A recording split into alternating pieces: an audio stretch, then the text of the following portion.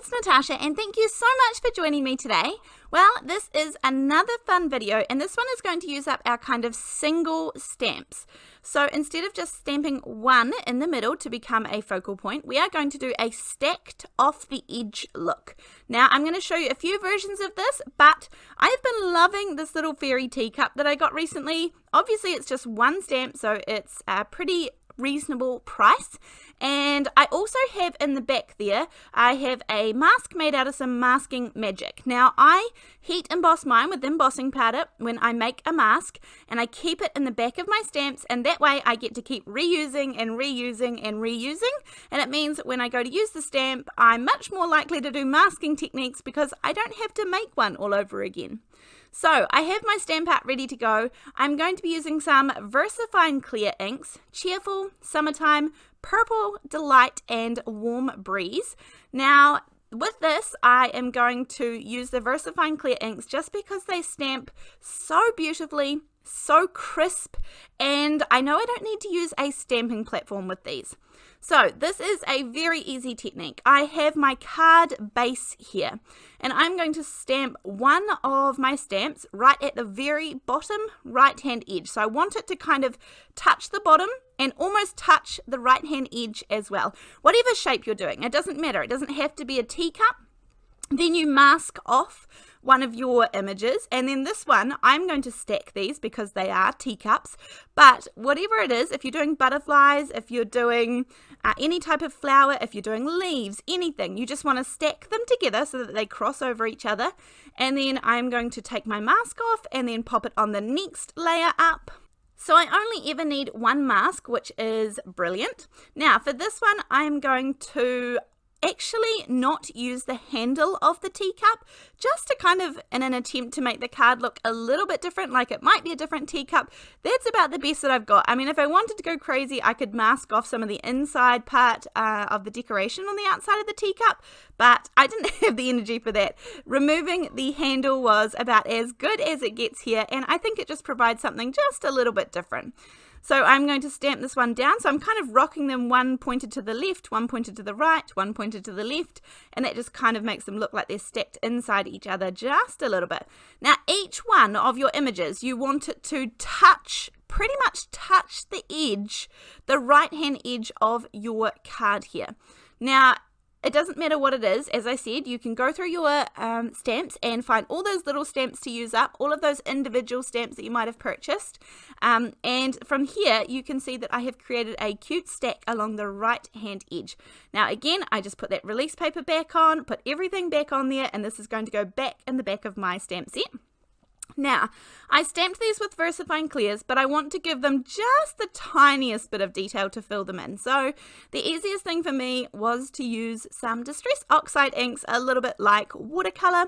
Now, I've said this before, I'm sure it's not recommended, but what I do is I squeeze the lid gently and it touches the ink, and this becomes my kind of little watercolor palette. I don't add too much water, but if I'm doing it with the water brush, I'm just able to go in and just add a tiny little bit of color to the rim of the cup and also to fill in some of the flowers there. So just a tiny bit of detail.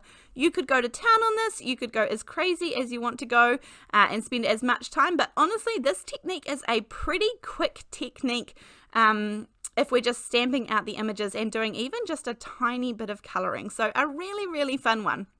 Now, as usual, I will have the links to all of the products down below. Even if you're not intending on purchasing, sometimes you just want to have a closer look at what they are to see if you've got something similar.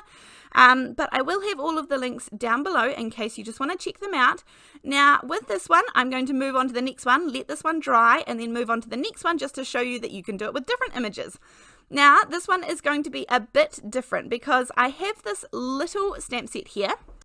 This is a little one from Avery called Layered Pine. Now there is obviously two branches and some words. There are also some Christmas lights that you are able to pop in these too. Now I am going to make this into a stacked off the edge one. So again, I'm going to use my VersaFine clears.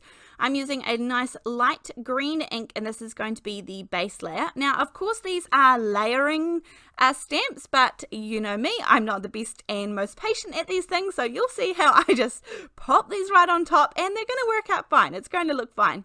In fact, I really like this card. Simple but really, really sweet and pretty easy to make. Now, I think I'm distracted here. That's why I'm holding down the stamp for so long.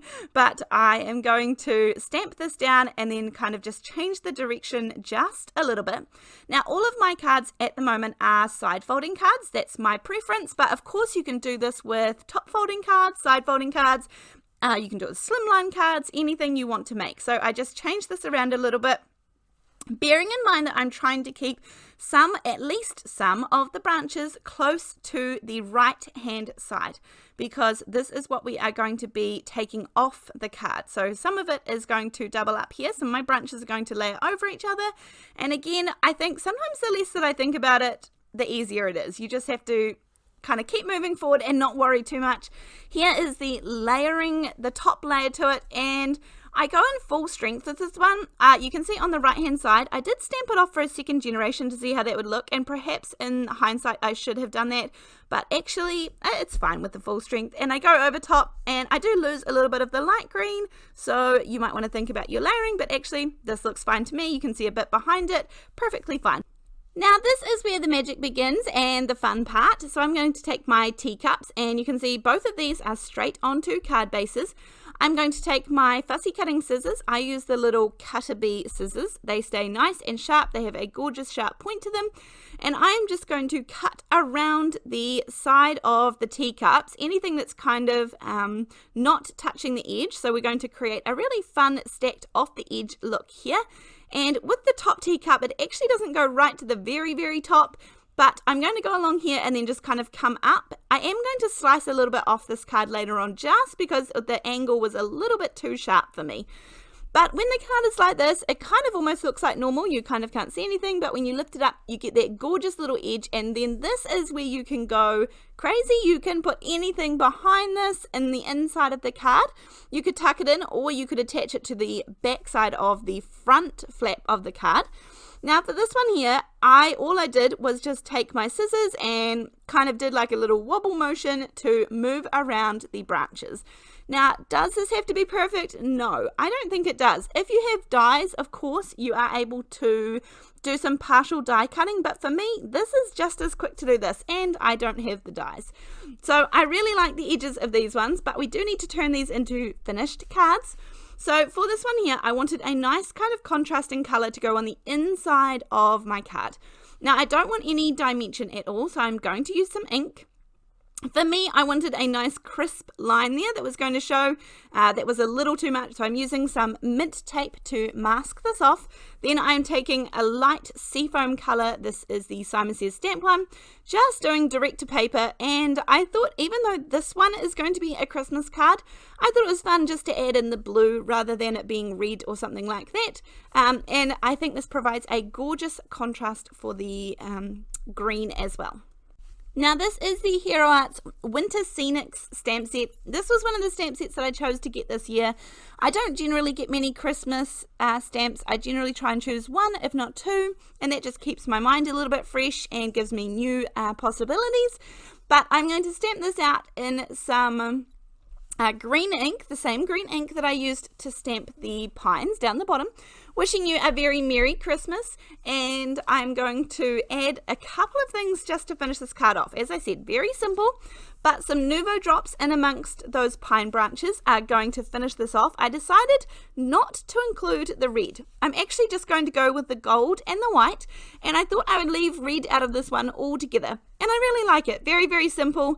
So just some little dots. You could use some gems. You could use some color pops. You could use some enamel dots. You could use even little buttons. Anything that you have is going to look gorgeous in amongst these pine branches.